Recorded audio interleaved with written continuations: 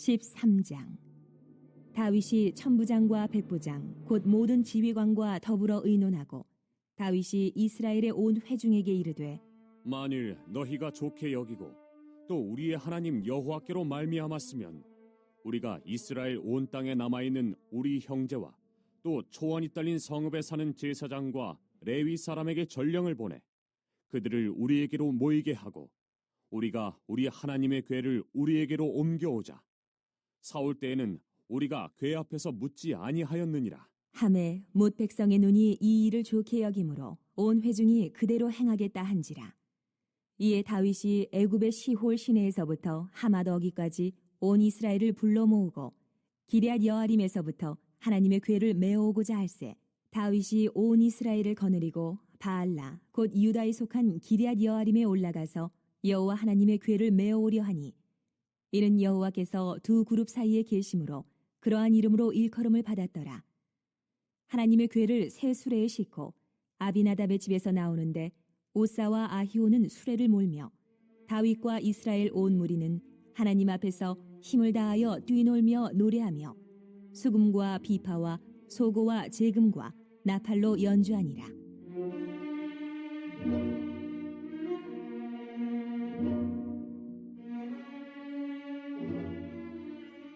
기돈의 타작마당에 이르러서는 소들이 뛰므로 오사가 손을 펴서 궤를 붙들었더니 오사가 손을 펴서 궤를 붙들므로 말미암아 여호와께서 진노하사 치심에 그가 거기 하나님 앞에서 죽으니라. 여호와께서 오사의 몸을 찢으셨으므로 다윗이 노하여 그곳을 베레스 오사라 부르니 그 이름이 오늘까지 이르니라. 그날에 다윗이 하나님을 두려워하여 이르되 내가 어떻게 하나님의 궤를 내 곳으로 오게 하리요? 하고 다윗이 궤를 옮겨 자기가 있는 다윗성으로 메어들이지 못하고 그 대신 가드 사람 오베데돔의 집으로 메어가니라. 하나님의 궤가 오베데돔의 집에서 그의 가족과 함께 석 달을 있으니라. 여호와께서 오베데돔의 집과 그의 모든 소유에 복을 내리셨더라. 역대상 기자는 그 사무엘서에 있는 이 말씀을 다시 한번 언급을 하면서 시작을 하고 있는데요. 이제 다윗이 온 이스라엘의 왕으로 이제 등극을 하고 나서 이제 제일 먼저 한 일에 대해서 소개를 하고 있습니다. 그 일이 뭔가 하니까 당시 기럇 여아림에 있는 하나님의 법궤를 예루살렘으로 옮기는 일이었습니다. 여러분, 법궤가 상징하는 게 뭐죠? 바로 하나님의 임재를 상징하죠. 그러니까 여호와 하나님께서 법궤를 통해서 항상 이스라엘과 함께 하신다는 의미가 바로 이 법궤에 담겨 있는 것입니다. 그러므로 다윗이 그와 같은 의미가 있는 이 법궤를 예루살렘으로 옮기려고 하는 것은 그러니까 하나님께서 늘 함께 하시는 나라를 세워가겠다라고 하는 그런 의도이고, 무엇보다 오늘 3절에 보시면 우리가 우리 하나님의 궤를 우리에게로 옮겨오자. 사울 때에는 우리가 궤 앞에서 묻지 아니하였느니라 하매, 그렇습니다. 이 법궤를 통해서 이제부터는 매사 우리와 함께 하시는 하나님께 물어보겠다. 매사 물어보겠다. 그런 취지인 것이지요. 즉 과거 사울은 여러분들이 잘 아시는 대로 하나님께 묻지 아니하고 자기 멋대로 행동하다가 불순종하다가 그렇게 망했습니다. 그러나 이제 우리는 그런 전철을 밟지 않기 위해서 늘 하나님의 뜻대로 철저하게 순종하며 살아가는 진정한 신정 국가의 실현을 이루겠다는 그런 취지하에서 법궤를 모셔오고자 했던 것입니다. 그러므로 이 다윗이 하나님의 법궤를 옮기려고 하는 이 일은 하나님께서 참으로 기뻐하시는 일이고요. 칭찬받을 만한 그러한 일이라고 할 수 있을 것입니다. 자, 그래서 이제 다윗은 법궤를 옮기는 일을 위해서 먼저 2절에 보시면 이제 전령들을 보내서 온 백성들이 다 모일 수 있도록 그렇게 합니다. 그리고 이제 온 백성들과 함께 법궤 옮기는 일에 동참하게 할 때에 8절에 보시면 우리 읽어볼까요? 8절. 자, 시작. 다윗과 이스라엘 온 무리는 하나님 앞에서 힘을 다하여 뛰놀며 노래하며 수금과 비파와 소고와 제금과 나팔로 연주하니라. 그렇습니다. 하나님도 기뻐하는 일이시고 또 다윗도 참으로 기뻐하는 일이고 온 백성들이 이 법궤 모셔오는 일이 참으로 기쁜 일이기 때문에 마치 축제를 벌이는 것처럼 그렇게 모두가 기뻐하면서 춤을 추면서 막 소고를 치면서 그렇게 법궤에 옮기기를 시작했다는 것입니다. 자, 그런데 이 7절에 보시면 이 법궤 옮기는 일을 위해서 특별히 아비나답의 두 아들 우사와 아히오라고 하는 이 두 사람의 책임하에 옮기게 되었는데, 근데 풍성한 잔치집에 마치 이 찬물을 확 견지는 것 같은 그러한 어처구니 없는 일이 벌어지고 맙니다. 돌발 사고가 법궤를 옮기는 과정 가운데 벌어지게 되는데, 자, 9절을 읽어볼까요? 9절. 자, 시작. 기돈의 타장 마당에 이르러서 소들이 뛰므로 우사가 손을 펴서 궤를 붙들었더니. 자, 10절 읽겠습니다. 시작. 우사가 손을 펴서 궤를 붙들므로 말미암아 여호와께서 진노하사 치심에 그가 거기 하나님 앞에서 죽으니라. 그렇습니다. 이게 법궤를 이제 소가 모는 수레에 싣고 잘 운반하는 과정 가운데 기돈의 타작 마당이라고 하는 곳에 이르렀을 때 소들이요 갑자기 미친 듯이 막 날뛰기 시작하는 거예요.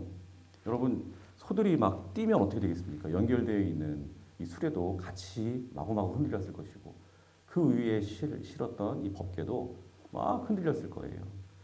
그러니까 자칫 흔들리다가 법궤가 땅에 떨어지게 될 위기에 처하게 된 것이죠. 그러면 생각해 보세요. 이 법궤가 하나님의 임재를 상징하는 것이라고 했는데 이게 흔들리다가 땅바닥에 곤두박질 쳐서 뚜껑이 열리고 그 안에 있는 내용물이 막 밖으로 쏟아져 나오고, 그러면 여러분 하나님의 영광 얼마나 가리운 일이 되겠습니까? 그래서 어떻게 합니까? 당연히 이 법궤를 옮기는데 책임을 맡고 있던 이 우사가 땅바닥에 떨어지려는 법궤를 보호하기 위해서 손으로 법궤를 꽉 붙들었다는 것이죠. 어떻게 보면 당연한 행동이죠. 그런데 그 순간 안타깝게도 우사가 그 자리에서 즉사하고 말았다는 것이죠. 그런데 왜 죽었느냐 하니까 10절에도 우리가 읽었지만 여호와께서 진노하사 치심에 그가 거기 하나님 앞에서 죽었다. 그러니까 하나님이 굉장히 화가 나셔가지고 하나님이 치셨다. 그러니까 하나님 앞에서 하나님이 이놈 하면서 죽였다는 거예요. 하나님 앞에서 이렇게 죽임을 당했다. 여러분, 이 사건을 볼 때 하나님께서 좀 우사에게 너무하신 것이 아닌가 하는 생각이 들 수도 있어요. 사실 우사가 법궤에 손을 댄 행동은 하나님의 영광을 보존하기 위해서 했던 그런 하나님에 대한 어떤 사랑의 열정 가운데 그렇게 붙든 거거든요. 어떻게 보면. 그래서 어떻게 보면은 오히려 하나님께 야, 너 잘했다. 야, 큰일 날 뻔했다. 한바탕면 이게 땅바닥에 쏟아져가지고 그냥 내가 그냥 수욕을 당할 뻔했다. 하나님이 그러시면서 잘했어. 이렇게 칭찬하실 만한 행동일 수도 있는데, 근데 하나님은 막 진노하셔서 가차없이 하나님 앞에서 우사를 그냥 죽이셨다는 거예요. 하나님이 죽이셨다는 거예요. 이유가 뭘까요? 여러분, 우사는 다윗 왕의 명령을 받아서 이제 하나님 법궤를 옮기는 책임을 부여받았죠. 그런데 우사는 법궤를 옮기는 계획을 세웠을 거예요. 어떻게 옮길 것인가. 근데 그 계획을 세우는 과정 가운데 치명적인 잘못을 저지르고 말죠. 여러분, 그 성경에 보시면 하나님께서 법궤를 옮기는 일에 있어서 반드시 정해놓으신 아주 철두철미한 규정이 있어요. 하나님이 이미 하신 말씀이 있어요. 민수기 4장에 보시면 특별히 4장 15절에 이렇게 법궤 옮기는 법을 말씀하셨습니다. 반드시 법궤를 옮길 때는 고앗 자손이 와서 법궤를 맬 것이니라. 그러나 성물을 만지지 말지니 죽을까 하노라. 이렇게 하나님께서 이미 못을 박듯이 명령해 놓으셨어요. 즉 법궤를 옮길 때는 반드시 아무나 옮기면 안 됩니다. 우사와 아요, 고앗 사람들 아니에요. 근데 고앗 자손이 반드시 와서 법궤 내 귀퉁이에 있는 고리에다가 장대를 끼고 그 장대를 고앗 자손 두 사람의 어깨에 이렇게 메고 그렇게 옮기는 것이 하나님이 엄중하게 정해놓으신 방법이에요. 그리고 더 중요한 것은 법궤는 무슨 일이 있어도 손을 대면 안 됩니다. 손을 대면 안 돼요. 만지면 죽는다. 분명히 경고하셨어요. 근데 우사는 이 하나님의 생명과도 같은 말씀을 경홀히 여깁니다. 대충 생각을 해요. 자신의 생각을 이 하나님의 엄중한 말씀보다도 더 앞세워요. 하나님의 법궤를 원리 운반해야 되는데, 근데 이 무거운 법궤를 이 금으로 만들어져 있으니 이게 얼마나 무겁겠습니까? 이거를 어깨에 메고 운반을 하면은 많이 힘들겠다. 차라리 소가 이끄는 수레에다가 딱 싣고 그러면 사람들도 편하고 더 안전하게 하나님의 법궤를 그렇게 옮길 수 있지 않겠는가. 그렇게 인간적인 생각이 앞서서 그런 인간적인 생각과 판단이 하나님의 엄중한 말씀을 지금 앞서고 있는 거죠. 네. 만일 무사가 하나님의 말씀을 생명처럼 귀하게 여겨서 좀 옮기는 과정이 번거롭고 굉장히 힘들고 많은 수고와 노고가 따른다라고 할지라도 하나님의 말씀대로 오직 하나님의 말씀대로 순종하면서 옮겼다라고 한다면 어떻게 되었을까요? 당연히 소와 수레를 이용할 필요도 없었을 것이고 소가 뛰는 일도 없었을 것이고 흔들리는 법궤에 손을 댄 이유도 없었을 것이고 마침내 우사가 그렇게 죽임을 당하게 되는 일도 없었을 것입니다. 그럼에도 불구하고 여전히 어떤 성도님들은 그래요. 그래도 그렇지. 우리 하나님은 사랑의 하나님이신데, 은혜의 하나님이신데, 아니 하나님의 법궤를 이렇게 손 잡았다고 그렇게 그냥 하나님 보는 앞에서 하나님이 그냥 막 화를 내시면서 죽이실 정도로 그렇게 무자비한 하나님이신가?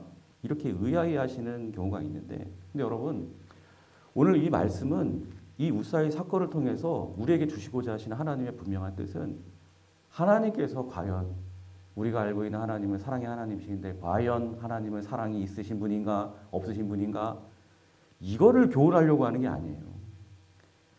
오늘 이 우사의 사건은 하나님의 말씀이 우리의 생명보다 더 귀하다라고 하는 것을 말씀하시려는 거예요. 하나님의 말씀이 이스라엘 운명 공동체의 그 생명보다 더 귀하다라고 하는 것을 말씀하고 계시는 것입니다. 여러분 하나님의 말씀은요 무엇보다 우리의 생명 더 나아가 우리의 영혼의 생명, 우리의 영원한 생명이죠. 우리의 육신적인 생명보다 더 소중하고 귀한 것이 바로 영혼의 생명이죠. 영원한 생명. 그것을 지켜주는 거룩한 신호등과 같은 그러한 너무나도 소중한 장치입니다. 여러분 우리는 치명적인 죄성을 가진 존재이기 때문에 하나님이 관여하지 아니하고요. 말씀으로 우리를 통치하지 아니하시고요. 가만히 내버려 두면요. 우리는 죄성대로 이 땅 가운데 먹고 마시며 살다가 그 죄로 말미암아 우리는 영원한 죽음으로 치닫게 됩니다. 영원한 생명을 잃게 됩니다. 그러나 하나님의 말씀대로 우리가 살면 우리가 영원한 사망으로 치닫게 하지 않기 위해서 하나님께서 우리에게 말씀을 주셨고 또 그 하나님의 그 말씀에 따라 오래전부터 하나님의 말씀으로 예언하게 하시고 결국 하나님의 말씀대로 이 땅에 로고스이신 하나님의 말씀이신 예수님께서 이 땅에 오셨고 그 로고스이신 예수님으로 말미암아 그분의 통치와 다스림 속에서 우리는 영원한 사망에서 영원한 생명으로 나아가는 은혜를 입게 되는 줄로 믿습니다. 이런 이유로 해서 하나님은 우리에게 말씀을 주시는 거예요. 말씀을 통해서 우리를 다스리기를 원하시는 거예요. 예수님을 통해서 우리를 이끌어가기를 원하시는 거예요. 그래서 우리가 말씀대로 순종하며 살아가면요. 당장의 삶 가운데 좀 고민되는 부분도 있고 자꾸만 이렇게 갈등되게 하고 번민하게 만드는 그러한 부분도 있고 여러 부분에서 막 좀 힘들게 하는 그런 부분들도 있지만 그럼에도 말씀대로 살아가면요. 로고스이신 예수님의 통치 안에서 살아가게 되면요. 우리는 늘 안전한 곳에 거하게 되는 줄로 믿습니다. 그리고 마침내 영원한 생명으로 우리는 나가게 되는 거예요. 우리의 육신의 생명보다 더 귀하고 소중한 영원의 생명인 우리의 영혼을 완전하게 지켜낼 수가 있는 것입니다. 그래서 여러분 아브라함이 독자 이삭을 바치라 하나님께서 명령하시죠. 이때 그 말씀 앞에서 아브라함은 고민도 굉장히 많이 하고요. 막 죽을 듯한 그러한 고민을 하죠. 이거 어떡하나. 그럼에도 불구하고 아브라함은 순종합니다. 즉 자신에게 있어서 그토록 소중한 아들의 생명이 하나님의 말씀보다는 덜 소중하다.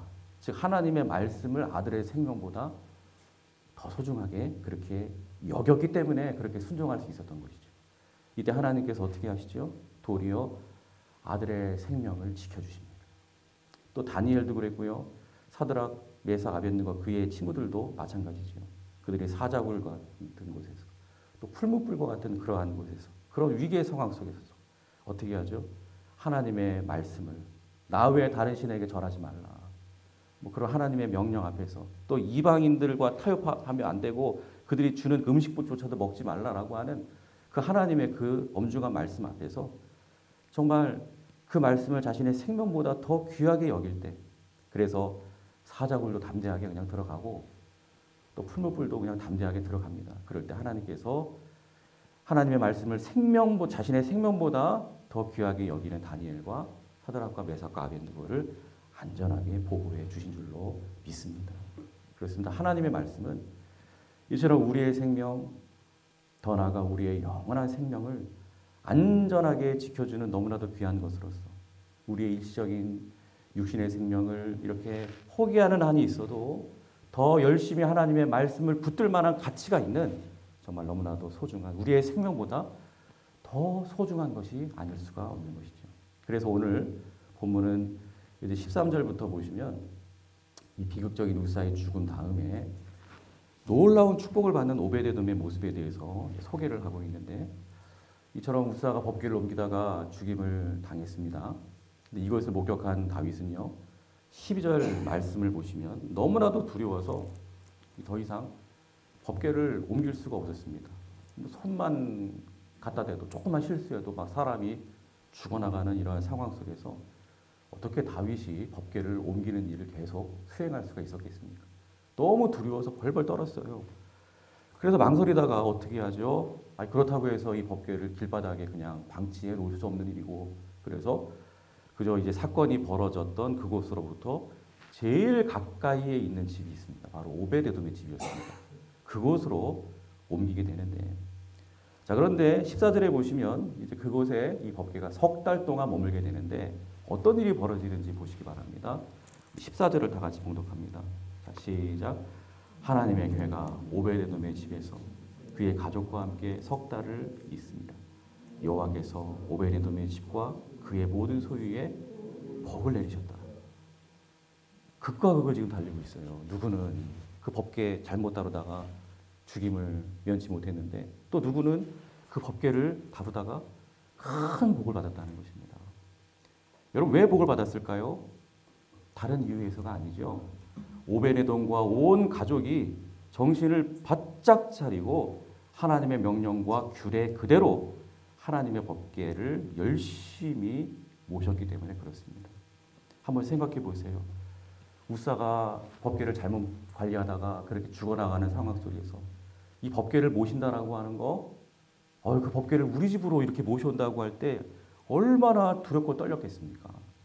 그래서 만일에 오베데돔의 경우에도 하나님의 법궤를 우사처럼 막 인간적인 방법으로 석 달 동안 그것을 관리하는 과정 속에서 좀 편하게 관리한다고 자신의 어떤 편의에 따라 자신의 판단대로 그렇게 아무렇게나 모셨다라고 한다면 오베데돔 가정도 마찬가지예요. 가정이 풍지박살 났을 거예요. 그러나 오베데돔은 또 그 가정은 반대로 복을 받았다라고 하는 게 뭘 의미하죠? 하나님의 말씀대로 철저하게 순종하면서, 즉 하나님 말씀에 자신의 생명을 거는 그러한 삶을 석 달 동안 그렇게 산 거예요. 그럴 때 그와 같은 복을 받았다라고 하는 것을 우리는 알 수가 있는 것입니다. 하나님의 말씀을 자신의 생명보다 더 소중하게 여기면서 그렇게 살았던 것이죠.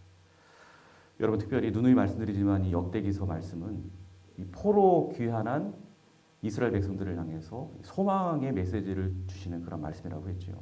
그러니까 오늘 23장을 통해서 이 역대기서 기자는 이렇게 메시지를 주고 있는 것입니다. 봐라, 이렇게 말씀을 무시하다가, 말씀을 함부로 대하다가, 말씀에 불순종하다가 우사가 생명을 잃은 것처럼 너희도 하나님의 말씀을 무시하고 업신여기다가 그렇게 비참하게 나라의 생명을 잃고 말았지만, 그러나 이제라도 다시금 하나님의 말씀을 너희의 생명보다 더 귀한 것으로 여기고 그 말씀 앞에 순종하기를 생명 걸고 최선을 다하는 그러한 민족으로 나라로 거듭난다면 오베데돔이 복을 받은 것처럼 너희도 반드시 복을 받고 다시금 일어서게 되는 그러한 나라가 될 것이다.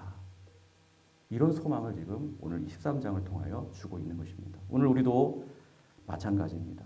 우리의 가정과 또 우리의 교회와 또 우리의 모든 삶의 터전이 회복되어져서 축복으로 나아가게 되는 길은 여러분 다른 게 아닙니다. 단 하나입니다.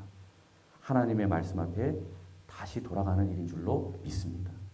하나님의 말씀을 내 생명보다 더 귀하게 여기며 그 말씀 앞에 우리가 생명을 걸고 철저하게 순종하는 것입니다. 그럴 때 우리의 영혼 늘 안전한 곳에 거하게 될 것이며 영원한 생명을 보장받게 될 것이며 이 땅에 살아가는 동안에도 우리의 가정과 또 우리의 교회와 이 나라와 민족 위에 오벳 에돔의 복이 임하게 될 줄로 믿습니다. 기도하겠습니다.